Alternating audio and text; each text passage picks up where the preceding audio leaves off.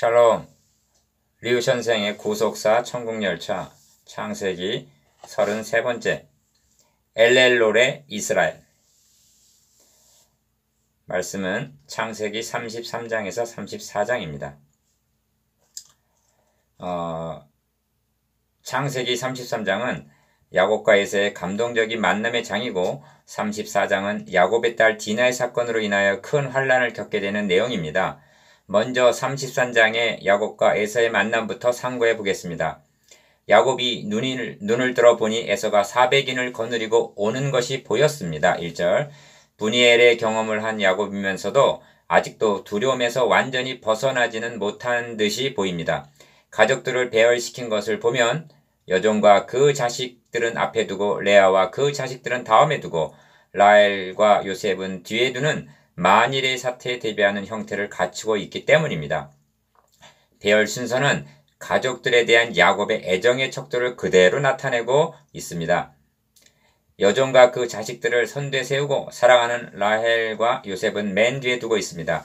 야곱 자신은 그들 앞에서 나아가되 몸을 7번 땅에 굽히며 그 형 에서에게 가까이 다가갔습니다. 3절. 어떤 사태가 벌어졌습니까? 에서가 달려나와 그를 맞아서 안고 목을 어긋맞기고 그와 입 맞추고 피차 우니라 하고 말씀합니다. 가족들이 에서에게 소개되고 준비된 예물을 전합니다. 내 동생아, 내게 있는 것이 족하니 너의 소유는 너에게 두라. 9절. 그렇지 아니하니이다. 형님께 은혜를 얻었사오면 청컨대 내 손에서 이 예물을 받으소서.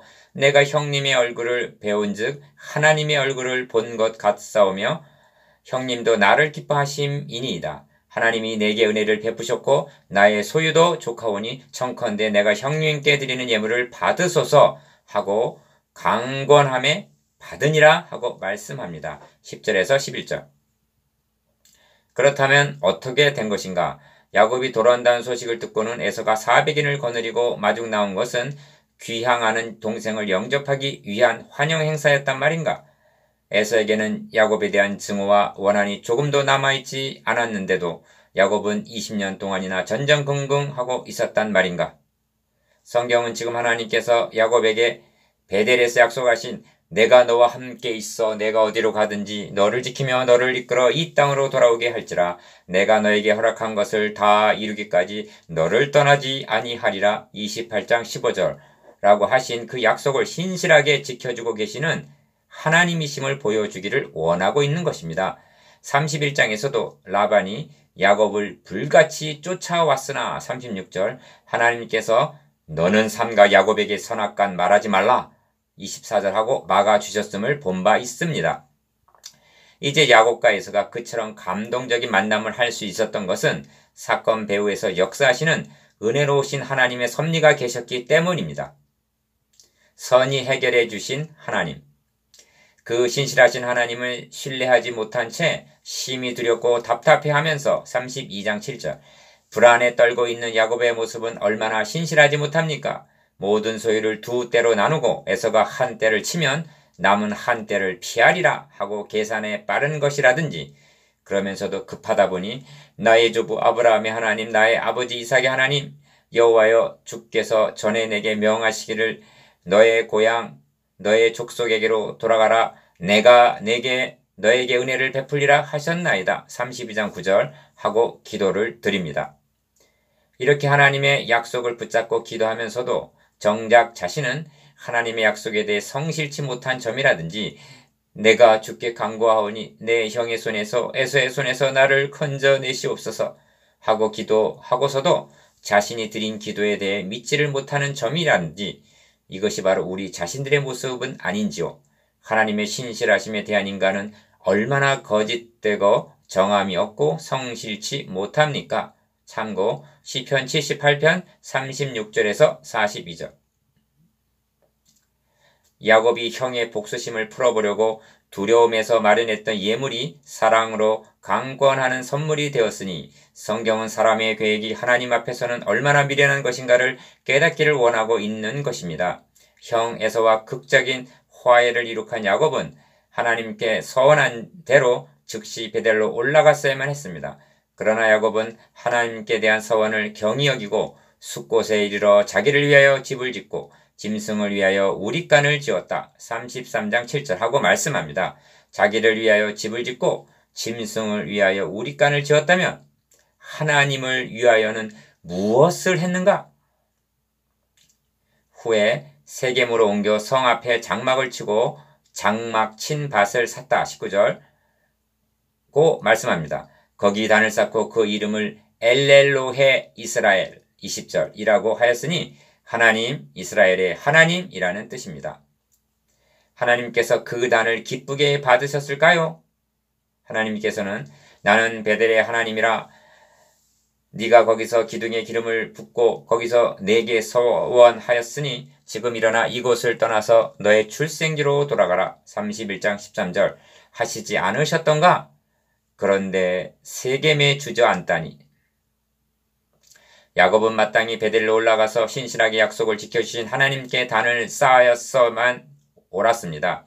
그런데 야곱이 베델의 언약과 서원을 어기고 세겜에 주저앉아 거기서 밭을 사고 단을 쌓았다니 얼마나 거짓된 일인가? 야곱은 세겜에서 평안할 수가 있단 말인가? 34장은 세겜에서 야곱의 딸 디나가 하몰의 아들 그 땅 주장 세겜에게 추행을 당하는 것을 말씀하는 것으로 시작이 됩니다.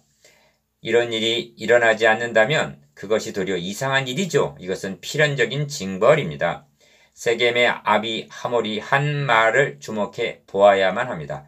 너희가 우리와 통혼하여 너희 딸을 우리에게 주며 우리 딸을 너희가 취하고 너희가 우리와 함께 거하자 합니다. 9절에서 10절. 이 제의를 받아들인다면 육적으로는 편히 살아갈 수가 있었을 것입니다만 하나님의 계획은 좌절되고 말았을 것입니다. 34장에는 한 민족이 되자는 말이 16절, 22절에 나오고 있는데 이것이 34장을 해석하는 열쇠와도 같은 말입니다. 야곱이 이스라엘이 되어 돌아오고 있는 중인데 이스라엘과 세겜이 한 민족이 되자니 이것이 도대체 누구의 음모입니까? 이런 맥락에서 디나의 사건을 바라보게 될 때 단순한 혈육에 속한 사건이 아니라 하나님의 구별된 백성들을 삼켜버리려는 사탄의 일관된 계책임을 알 수가 있습니다. 세속화의 유혹, 디나의 오빠인 시몬과 레위는 악을 악으로 갚고 로마서 12장 17절 그들이 할례를 받으면 한 민족이 되겠다고 계책을 써서 할례 받고 고통당하는 동안에 성을 엄습하여 모든 남자를 죽이고 재물들을 노략했습니다. 이로 인해 야곱의 가족은 큰 공경에 빠지게 되었습니다. 이 소식을 듣는 사면 고울들이 35장 5절 가만히 있지 않을 것이 분명하기 때문입니다. 이것은 외삼촌 라반이나 형 에서의 위협에 비할 바가 아닌 치명적인 위기임에 틀림이 없었습니다. 이럴 때도 야곱은 너희가 내게 화를 끼쳐 나로 이 땅 사람 곧 가나안 족속과 브리스 족속에게 냄새를 내게 하였도다. 나는 수가 적은즉 그들이 모여 나를 치고 나를 죽이리니 그리하면 나와 내 집이 멸망하리라. 30절 하고 어디가 잘못되었는지를 깨닫지를 못하고 있습니다.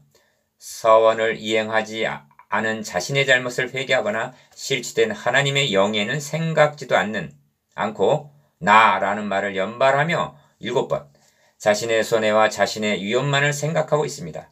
야곱의 말대로 멸망의 위기에 직면한 것입니다. 하나님은 야곱에게 그 원인을 지적하십니다.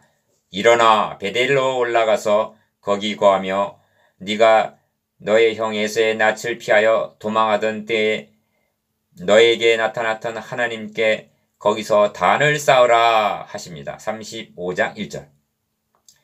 에서의 복수심과 가나안 족속의 위험으로부터 야곱을 구해주신 하나님을 찬양합시다. 형제여 자매여 우리도 바울처럼 말할 수밖에 없습니다. 사람은 다 거짓되되 오직 하나님은 참되시다 할지어다. 로마서 3장 4절. 적용 묵상 질문 첫 번째. 두려워 떨었던 에서와의 만남은 어떻게 이루어졌습니까? 두 번째. 야곱은 어디로 가서 무엇을 했습니까? 세 번째. 디나 사건을 구속사의 관점에서 보면 어떤 내용이 됩니까?